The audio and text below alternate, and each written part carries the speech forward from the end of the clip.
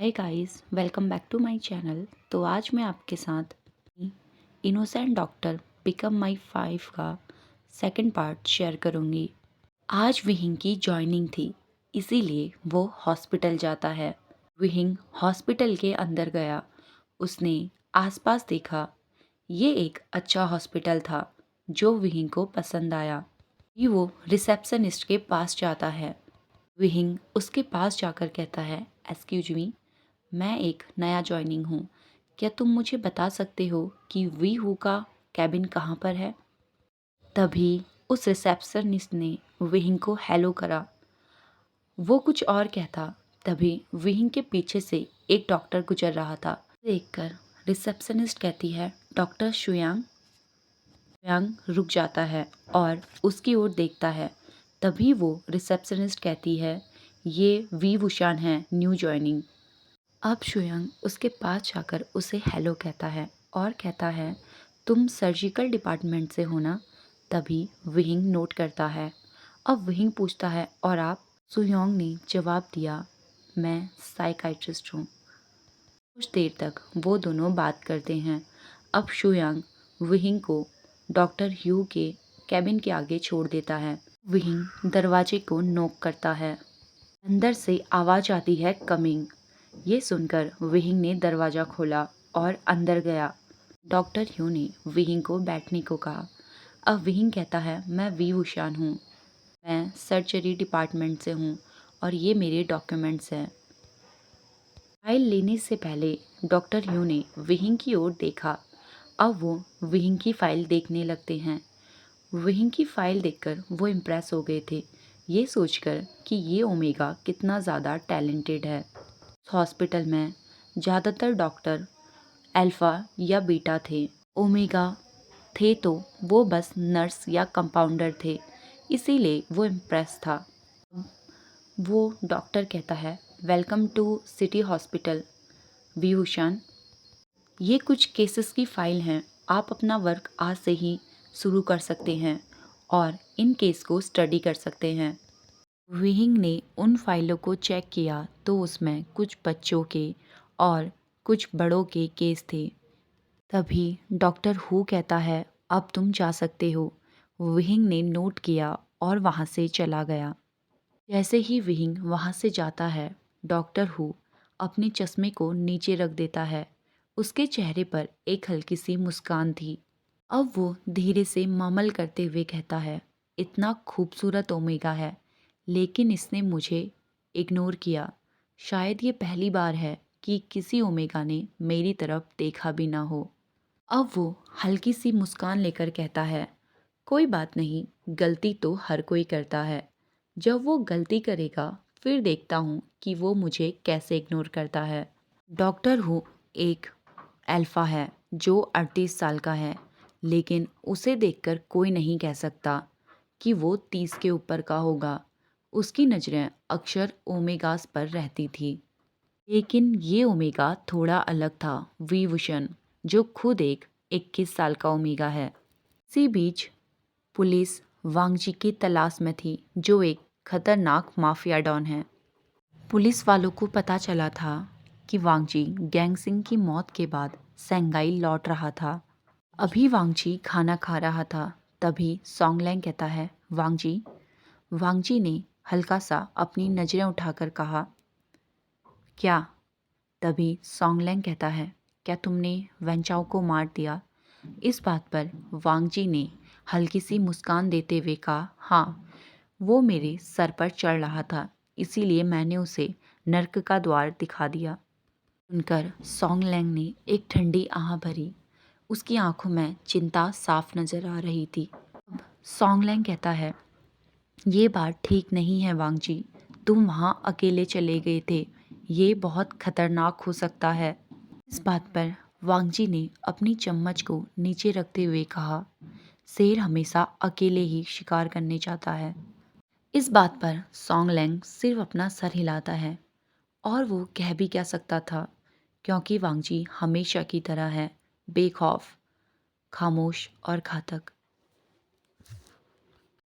वेंचाओ की मौत के बाद अब वांगजी माफिया किंग बन गया था। वांगजी कहता है, वैसे गैंगजी का क्या हाल है?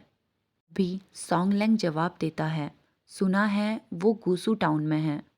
वांगजी धीमे आवाज में कहता है, उससे कहो कि मुझे मिलने आए, क्योंकि अब तो वो भागते भागते थक गया होगा। बात पर सॉन्गलैंग नोट करता है। तभी वांगजी ने धीरे से और डेंजरस आवाज में बोला, अब मेरी बारी है वैंगजी। वहीं दूसरी ओर अभी रात का समय था। विहिंग की आज नाइट ड्यूटी थी। विहिंग राउंड के लिए निकला हुआ था। तभी उसे अचानक से चिल्लाने की आवाज सुनाई दी। कोई मदद के लिए पुकार रहा था। ये आवाज जनरल वार्ड से आ रही थी। विहिंग जल्द ही वहां जाता है तो देखता है वहां एक औरत और उसकी बेटी मदद के लिए पुकार रही थी। जैसे ही वो जनरल वार्ड में पहुंचता है तो देखता है वहां पर उसका साथी डॉक्टर मुशेन्नो पहले से ही मौजूद था। विहिंग उससे पूछता है, क्या हुआ डॉक्टर मुशेन्नो? मुशेन्नो ने घबराते हुए कहा, जनरल वार्ड के एक मरीज की तबीयत अचानक से खराब हो गई है। मैं डॉक्टर ह्यू को कॉल कर रहा हूँ, पर वो रिसीव नहीं कर रहे। तभी वो औरत उनके पास आती है। उसका चेहरा आंसुओं से भीगा हुआ था। वो हाथ जोड़ते हुए कहती है, सर प्लीज़ मेरे पति को बचा लीजिए। किंग उस औरत का प्यार से हाथ पकड़ते हुए कहता है, चिंता मत करिए, मैं देखता हूँ। तभी मुशेन्यू कहता है, डॉक्टर वी, डॉक्टर ह्यू के मर्जी के बिना हम दवाई को नहीं बदल सकते। तभी विहिंग थोड़ा गुस्से में और फ्रस्ट्रेट आवाज में कहता है, जो मैं कह रहा हूँ वो करो, हमारे पास टाइम कम है। मुशेन्यू चुपचाप से सर हिलाता है। नर्स वो सभी दवाइयाँ ला गई थी जो विहिंग ने मंगाई थी। बाकी पेशेंट भी उस वार्ड में बाहर से देख रहे थे। सभी की नज़रें विहिंग और उस मरीज पर टिकी हुई थी। उस मरीज को इंजेक्शन देने के बाद विहिंग अपनी घड़ी में देखता है और धीरे धीरे गिनती गिनने लगता है। कमरे में सन्नाटा छा गया था। हर कोई दुआ कर रहा था कि विहिंग की दी हुई दवाई असर कर जाए। कुछ टाइम बाद ही मरीज की सांसें सामान्य हो गई थी। कंप्यूटर में चल रही लाइनें अब नॉर्मल लग रही थी, जिसे देखकर सबने राहत की सांस ली। विहिंग स्माइल करते हुए पेशेंट की ओर देखकर कहता है, अब आप ठीक हैं। और वो मुशेन्यो और अपने स्टाफ की ओर देखता है, जो विहिंग की ओर हैरानी से देख रहे थे, क्योंकि विहिंग ने अभी एक इंसान की जान बचा ली थी। विहिंग उनसे बहुत सीरियस टोन में कहता है, याद रखो, एक डॉक्टर और नर्स के लिए सबसे ज़्यादा इम्पॉर्टेंट अपने पेशेंट की जान होता है। अगर तुमने थोड़ी देर और की होती तो आज हम एक जान गंवा देते। ये सब सुनते हुए सभी लोगों की आंखों में गिल्ट था। तो अगले दिन विहिंग को हेड ऑफिस में बुलाया गया था। जैसे ही वो वहाँ पहुँचता है, डॉक्टर ह्यू उसके मुंह पर फाइल फेंक देते हैं। वो काफ़ी गुस्से में लग रहे थे। मिस्टर ह्यू कहते हैं, तुम्हें क्या ज़रूरत थी उस मरीज की दवाई बदलने की? क्या तुम सोचते हो तुम यहाँ सबसे ज़्यादा होशियार हो, मुझसे भी ज़्यादा? विहिंग बहुत ही शांत तरीके से जवाब देता है, सर मैंने उस टाइम पे वही किया जो सही था। उस पेशेंट की हालत बहुत ज़्यादा सीरियस थी, इसीलिए मुझे दवाई बदलनी पड़ी। मैंने आज सुबह देखा था, वो अब नॉर्मल है। इस बात पर डॉक्टर ह्यू और ज़ोर से चिल्लाते हुए कहता है, चुप रहो। क्या तुम्हें अंदाज़ा भी है अगर उस पेशेंट को कुछ हो जाता तो क्या होता? विहिंग कुछ कहने वाला था, तभी वो डॉक्टर कहता है, चुप रहो मिस्टर वी विशान। तुम जानते हो तुम्हारा अपनी सीनियर की रिस्पेक्ट ना करना और उनका कहना ना मानने की वजह से तुम्हारा करियर रिस्क में भी जा सकता है। ये पूरी तरह से ख़त्म हो सकता है। विहिंग को समझ नहीं आ रहा था कि उसका सीनियर डॉक्टर उस पर क्यों चिल्ला रहा है। ने दवाई सिर्फ इसीलिए बदली थी क्योंकि उसे पेशेंट को जान बचानी थी। मिस्टर ह्यू कहता है, तुम इस हॉस्पिटल से निकल जाओ। वी विहिंग माफ़ी मांगते हुए कहता है, सर मुझे माफ़ कर दीजिए, आज के बाद ये गलती नहीं होगी। अब डॉक्टर हू विहिंग की फेस की ओर देखता है, जिसे देखकर उसका चेहरा धीरे धीरे नॉर्मल हो रहा था। उसका गुस्सा उतर रहा था। वो विहिंग की ओर एक अजीब तरीके से देख रहा था। अब वो अपनी कुर्सी से खड़ा होता है और विहिंग की ओर बढ़ने लगता है। अब वो विहिंग के पास जाकर अपने हाथ को विहिंग के हिप के ऊपर रख देता है और उसे अपनी ओर खींच लेता है। ये देखकर विहिंग चौंक गया था और वो पीछे जाने लगा। तभी विहिंग चिल्लाते हुए कहता है, सर। इस बात पर डॉक्टर हू कहता है, विहिंग, क्या तुम्हें माफ़ी नहीं चाहिए? अगर तुम्हें माफ़ी चाहिए तो तुम्हें बदले में भी मुझे कुछ देना होगा। ये कहकर वो विहिंग के क्लोज गया। ये सुनकर विहिंग को बहुत गुस्सा आ गया था। वो गुस्से में कहता है, अपनी औकात में रहो। ये कहकर उसने डॉक्टर को जोर से तमाचा मार दिया। डॉक्टर हू विहिंग को गुस्से से देख रहा था, लेकिन विहिंग को उसे देखकर घिन आ रही थी, इसीलिए वो वहाँ से चला गया। रात को विहिंग अपनी फैमिली के साथ बैठकर डिनर कर रहा था। तभी उसकी भाभी वी लूसी देखती है कि विहिंग का मूड आज कुछ ऑफ है। तभी वो विहिंग से पूछती है, आशान, क्या कुछ हुआ है? आज तुम्हारा मूड थोड़ा खराब लग रहा है। तभी विहिंग एक गहरी सांस छोड़ते हुए अपनी फैमिली को देखता है और कहता है, मैंने हॉस्पिटल छोड़ दिया। ये सुनकर वी लूसी और वी योंग एक दूसरे की ओर देखते हैं। अब वो विहिंग की ओर देखते हैं। तभी वी लूसी पूछती है, आशान, क्या कुछ हुआ है? विहिंग को बताने में हेजिटेशन हो रही थी। ये बात उसकी सिस्टर और सिस्टर इन लॉ समझ जाते हैं। तभी वो उसकी सिस्टर इन लॉ उसके नेफ्यू को पकड़ती है और उसे उनके रूम में सुलाकर आती है। अब वो आने के बाद विहिंग के कंधे में हाथ रखकर कहती है, आशान, हमसे हिचकिचाने की कोई ज़रूरत नहीं है। अगर कोई बात है तो तुम हमसे खुल के उस बारे में बात कर सकते हो। ये सुनकर विहिंग ने उसे सारी बात बता दी, जिसे सुनने के बाद वी लूसी और उसकी सिस्टर बहुत ज़्यादा गुस्से में आ गई थी। तभी वी लूसी विहिंग को हक करते हुए कहती है, तुमने ठीक किया जो वो हॉस्पिटल छोड़ दिया। वी लूसी काफ़ी गुस्से में आ गई थी। तभी वी यंग उसे समझाते हुए कहती है, हनी, इसे जाने दो। काफ़ी अल्फाज ओमेगास के साथ ऐसा व्यवहार करते हैं। हमारे पास इसका कोई प्रूफ भी नहीं है। तभी विहिंग कहता है, सिस्टर इन लॉ सही कह रही हैं। मैंने वो हॉस्पिटल छोड़ दिया है, तो अब वो मेरा कुछ नहीं कर सकता। इसीलिए तुम गुस्सा मत करो सिस्टर। भी वी लूसी कहती है, फिर भी आशान, वो किसी और के साथ ऐसा कर सकता है। कोई और इंसान जो जॉब नहीं छोड़ सकता, तो उसे ये सब एक्सेप्ट करना होगा। वी लूसी कहती है, तुम लोग चिंता मत करो, मैं उसे संभाल लूँगी। मैं उसे हाई कोर्ट तक घसीट के ले जाऊँगी। उसे उसके किए की सज़ा ज़रूर मिलेगी। बात पर विहिंग और उसकी सिस्टर इन लॉ भी अग्री करते हैं। अब विहिंग की सिस्टर इन लॉ कहती है, ऐसे तुम अभी भी डॉक्टर का काम कर सकते हो। ये सुनकर विहिंग कंफ्यूज हो गया था। अब उसकी सिस्टर इन लॉ कहती है, हनी, कि तुम्हें याद है वो क्लिनिक जो हॉस्पिटल खुलने के बाद बंद हो गया था? तुम उस क्लिनिक को दोबारा रीओपन कर सकते हो। हमें बस उसके ओनर से पूछना होगा, और उसका ओनर मेरा अच्छा दोस्त है। अपनी वाइफ की बात सुनकर वी लूसी भी कहती है, आशन, ये बहुत अच्छा है। तुम अपना खुद का क्लिनिक खोल सकते हो। ये सुनते ही विहिंग मुस्कुराते हुए कहता है, अगर ऐसा है तो ये बहुत अच्छा होगा। अब अगले ही दिन उसकी सिस्टर इन लॉ उसके ओनर से बात करती है, जो कि वो क्लिनिक बंद था, इसीलिए ओनर को भी कोई दिक्कत नहीं थी। विहिंग उस क्लिनिक में देखने के लिए जाता है, तो वहाँ देखता है एक आदमी वहाँ पर कपड़े सिल रहा था। उस आदमी ने विहिंग को देखकर कहा, अगर तुम कपड़े लेने या देने आए हो तो 1 घंटे बाद आना, अभी मेरे पास टाइम नहीं है। ये सुनकर लूसी कहती है, शाओ शिनचैन। जब शाओ शिनचैन ने लूसी की तरफ देखा, तभी वो कहता है, ओह, तो ये तुम हो? सॉरी, मैं तो भूल ही गया था कि यहाँ कोई डॉक्टर आने वाला है।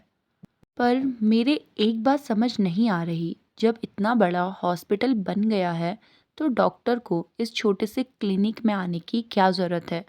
क्या उसका दिमाग ठीक है? मुझे तो वही खुद बीमार लगता है। ये सुनते ही विभूषण को भी गुस्सा आ गया था। वो गुस्से में चिल्लाते हुए कहता है, इडियट, तुम किसे बेवकूफ़ कह रहे हो? भूषण को गुस्से में देखकर लूसी उसे शांत होने को कहती है। तभी शाओ शिनचैन कहता है, हे तुम क्यों गुस्सा हो रहे हो? मैंने तुम्हें कुछ थोड़ी कहा, मैं तो उस डॉक्टर को कह रहा हूँ। तभी लूसी कहती है, ये मेरा भाई है जो एक डॉक्टर है। ये सुनते ही शाओ शिनचैन गुस्से में और चौंक कर पूछता है, क्या तुम डॉक्टर हो? इस पर विहिंग ने प्राउडली कहा, हाँ, मैं एमबीबीएस डॉक्टर हूँ, वो भी गोल्ड मेडलिस्ट। ये सुनते ही शाओ शिनचैन विहिंग के पास आता है और उसको झुक के सलाम करते हुए कहता है, मैं आपका असिस्टेंट हूँ, शाओ शिनचैन। तभी विहिंग ने मुंह बनाते हुए कहा, क्या तुम डॉक्टर हो? पर तुम्हें देखकर लगता तो नहीं है। अब शाओ शिनचैन कहता है, मैं क्या ही कहूँ सर, उस हॉस्पिटल के बनने के बाद यहाँ कोई नहीं आता। जो हेड डॉक्टर पहले यहाँ सर्व करता था वो चला गया, इसीलिए मैं यहाँ अकेला रह गया। अब जो आप आ गए हैं तो मुझे यकीन है कि ये क्लिनिक फिर से चलने लगेगा। इस बात पर शाओ शिनचैन मुस्कुराता है। तभी ग्लास टूटने की आवाज़ आती है, जिससे विहिंग, लूसी और शाओ शिनचैन का ध्यान जाता है। अब लूसी और विहिंग शाओ शिनचैन की ओर देखते हैं, जो रुमाल से अपना पसीना पोंछ रहा था। तभी विहिंग पूछता है, वहाँ कौन है? इस पर शाओ शिनचैन कहता है, छोड़िए ना सर, कुछ लोग बस पी रहे हैं। भी विहिंग कहता है, क्या वो ड्रिंक कर रहे हैं, वो भी क्लिनिक के अंदर? अब लूसी गुस्से में पूछती है, ये लोग कौन हैं? इस पर शाओ शिनचैन कुछ नहीं कहता, इसीलिए लूसी और विहिंग खुद अंदर जाके देखते हैं। अब विहिंग और लूसी वहाँ जब दरवाज़ा खोलते हैं तो अंदर से धुआं आ रहा था। वहाँ पर 4 लोग बैठकर ड्रिंक और स्मोक कर रहे थे। तभी पहला आदमी पूछता है, हे, तुम यहाँ क्या कर रहे हो और हमें डिस्टर्ब क्यों कर रहे हो? इस पर लूसी चिल्लाते हुए कहती है, तुम लोग यहाँ पर क्या कर रहे हो और तुम यहाँ पर क्लिनिक के अंदर ड्रिंक क्यों कर रहे हो? इस पर दूसरा आदमी कहता है, चिल्लाकर नहीं, आराम से, अपनी आवाज़ नीचे रखो। तभी विहिंग कहता है, सुनो तुम चारों, यहाँ से निकलो, मुझे फ़र्क नहीं पड़ता आज तक तुम यहाँ क्या करते आए हो, लेकिन अब ये क्लिनिक मेरे अंदर है तो तुम सबको यहाँ से बाहर निकलना होगा। इस पर वो आदमी शाओ शिनचैन से पूछता है, शाओ, क्या यहाँ पर कोई नया डॉक्टर आया है? शाओ शिनचैन विहिंग की ओर इशारा करते हुए कहता है, ये यहाँ के नए डॉक्टर हैं, इसीलिए अब तुम लोग यहाँ नहीं आ सकते, यहाँ बस पेशेंट आ सकते हैं। लूसी कहती है, सुन लिया, तो निकलो यहाँ से। तभी वो आदमी कहते हैं, हाँ, अभी तो हम जा रहे हैं, लेकिन हम जल्दी आएंगे। ये कहकर वो सभी वहाँ से चले गए। हालांकि जाते हुए वो विहिंग को और बाकी सबको घूर रहे थे। उनके जाने के बाद लूसी कहती है, शाओ, तुम तो ओमेगा हो, उसके बाद भी 4 अल्फा को यहाँ पीने दे रहे हो। तभी शाओ शिनचैन कहता है, मेरे पास कोई ऑप्शन नहीं है, उन्होंने मुझे धमकाया, इसीलिए मैंने उन्हें अंदर आने दिया था। इस बात पर विहिंग कहता है, कोई बात नहीं, अब वो नहीं आएंगे। कुछ दिन बाद सॉन्ग लैंग एक वाइन शॉप में बैठकर शराब पी रहा था। उसने अपने चारों तरफ देखा तो उसके आगे वाले टेबल में एक ब्लैक रोब पहने हुए आदमी बैठा हुआ था, जो वांगजी था। कुछ ही देर बाद गैंगजी आता है और सॉन्ग लैंग के साथ बैठ जाता है। सॉन्ग लैंग कहता है, तो बताओ तुम्हें क्या चाहिए? इस पर गैंगजी ने कहा, मुझे तुम्हारी मदद चाहिए। इस पर सॉन्ग लैंग अपनी आईब्रो उठाते हुए पूछता है, किस प्रकार की मदद? गैंगजी ने बोलने से पहले अपने चारों ओर देखा। अब वो कहता है, मुझे वांगजी को मारना है। सुनते ही सॉन्ग लैंग चौंक गया था। वो एकटक वांगजी की ओर देखने लगा और वांगजी भी ये सुनकर हंसने लगा था। तभी वो एक और ग्लास वाइन की मंगाता है, लेकिन जब वेटर उसको वाइन देने आया, वेटर ने जैसे ही वांगजी की ओर देखा तो वो डर गया। ओके गाइस, आज के लिए बस इतना ही। मिलते हैं हमारे नेक्स्ट वीडियो में। और गाइस, अगर आपको ये स्टोरी पसंद आई तो please guys likes and subscribe में कंजूसी मत करिएगा। और अगर इसमें कल तक 30 लाइक्स हो जाते हैं तो मैं कम से कम 40 मिनट का पार्ट लेके आऊँगी पूरा का पूरा। देखते हैं, अब आपको अगर स्टोरी पसंद आई होगी तो लाइक्स हो जाएंगे, नहीं आई होगी तो शायद नहीं होंगे। और गाइस, मुझे आप सभी को बताना था कि मैंने दूसरा चैनल खोला है जहाँ पे मैं हीज रेज वांगशन एफएफ शेयर कर रही हूँ। अगर आपको इंटरेस्ट हो तो आपको उसका लिंक डिस्क्रिप्शन बॉक्स में मिल जाएगा, आप वहाँ जाके सुन सकते हैं। Thank you.